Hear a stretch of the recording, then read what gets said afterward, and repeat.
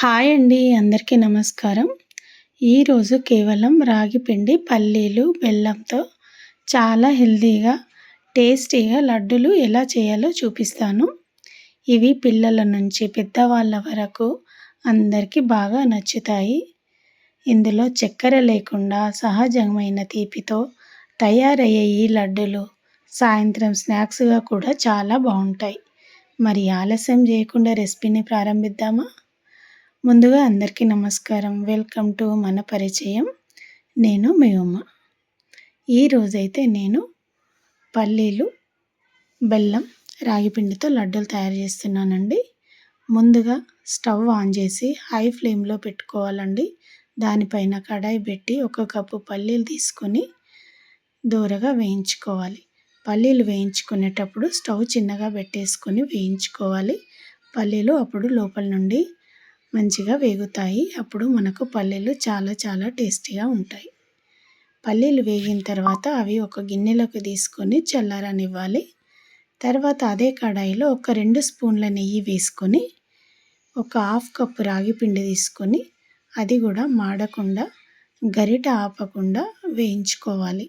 రాగి పిండి పచ్చి వాసన పోయే వరకు వేయించుకోవాలి. అప్పుడు మనకు లడ్డూలు చాలా టేస్టీగా ఉంటాయి. ఈ రాగి పిండి అంతా వేగిన తర్వాత ఇది కూడా పక్కన ఉంచుకొని చల్లారనివ్వాలి. మనం ఫస్ట్ వేయించుకున్న పల్లీలను పొట్టు తీసి నీట్గా చేసుకొని అవి ఒక మిక్సీ జార్లో వేసుకొని ఒక 4 యాలకులు వేసుకొని బరకగా మిక్సీ పట్టుకోవాలి. ఆ పట్టుకున్న దాంట్లో మనకు తీపికి తగినంత బెల్లం వేసుకోవాలి. బెల్లం ఎంత తింటామో మనం తీపికి తగినంత, ఒకరు ఎక్కువ తింటారు, ఒకరు తక్కువగా తింటారు కాబట్టి బెల్లం వేసుకొని మళ్ళీ అంతా ఒకసారి కలిపేసి మిక్సీ పట్టేసుకొని ఆ మిక్సీ పట్టిన మిశ్రమాన్ని మనము వేయించి పెట్టుకున్న రాగి పిండిలోకి వేసుకోవాలి. వేసుకున్న తర్వాత అంతా చేతితో ఒకసారి మొత్తంగా నీట్గా కలిపేసుకోవాలి. రాగి పిండి, పల్లీల పొడి, బెల్లం అంతా ఒకసారి నీట్గా కలిపేసుకున్న తర్వాత అప్పుడు మనము ఈజీగా లడ్డూలు కట్టుకోవచ్చు. నేనైతే ఇక్కడ పొడి బెల్లం వాడాను కాబట్టి కొంచెం డ్రైగా వచ్చింది పౌడరు. ముద్ద బెల్లం వాడితే మనకు పౌడర్ అనేది మెత్తగా ఉంటుంది.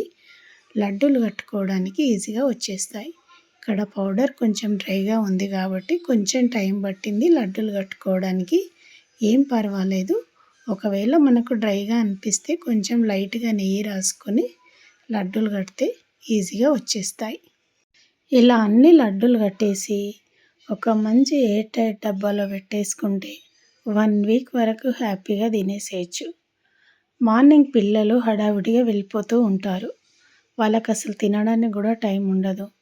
లంచ్ బాక్స్లు ఏదో మనం పెట్టేస్తూ ఉంటాం పిల్లలు తింటారని. వాళ్ళు సగం తింటారు, సగం ఇంటికి పట్టుకొచ్చేస్తారు.